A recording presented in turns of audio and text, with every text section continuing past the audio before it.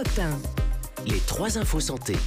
Avec cette question, ma chère Isabelle, les tampons hygiéniques sont-ils dangereux pour la santé ?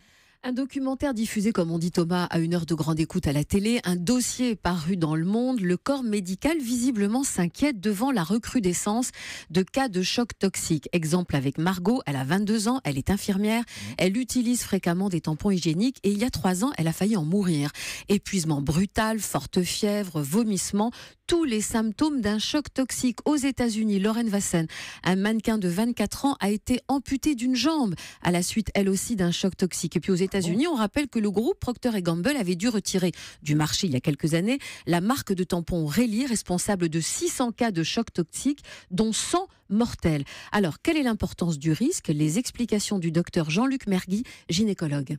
La plupart des femmes qui utilisent des tampons ne présentent aucune infection vaginale à condition que le tampon soit retiré régulièrement et qu'il ne soit pas oublié à l'intérieur de la cavité vaginale. Il semble aussi que la qualité du tampon qui est introduite peut également interférer sur les conditions d'une prolifération bactérienne et on préférera des matières synthétiques industriellement mieux fabriquées que des matières naturelles qui peuvent être des foyers plus faciles pour le développement d'une infection.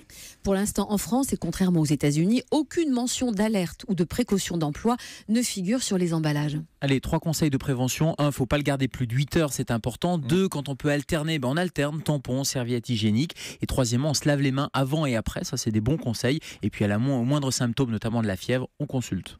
Isabelle Quenin, deuxième info qui ne concerne pas Gérald Kierzek en l'occurrence, ce n'est pas de lui qu'on parle. Il change de sexe à 90 ans.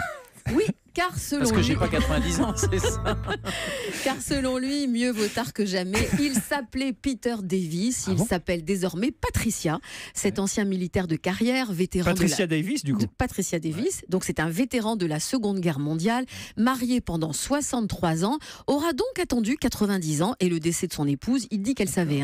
Pour changer de sexe après 1 an de traitement hormonal, sa demande a été entendue et acceptée par les tribunaux. Il a pu changer de prénom sur ses papiers d'identité et à mon avis, il a changé la photo aussi.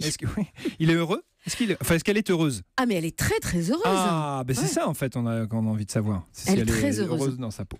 On a retrouvé la trace du mammouth laineux. Et pas que la sienne, Thomas. Car ça ne concerne pas non plus Gérald Kierzek. Ce qu'on a surtout trouvé, c'est une nouvelle technique permettant d'identifier de l'ADN humain et aussi animal en l'absence de tout ossement. Et ça, c'est une première. Un peu comme si on découvrait qu'il est possible d'extraire de l'or juste dans de la poussière en suspension.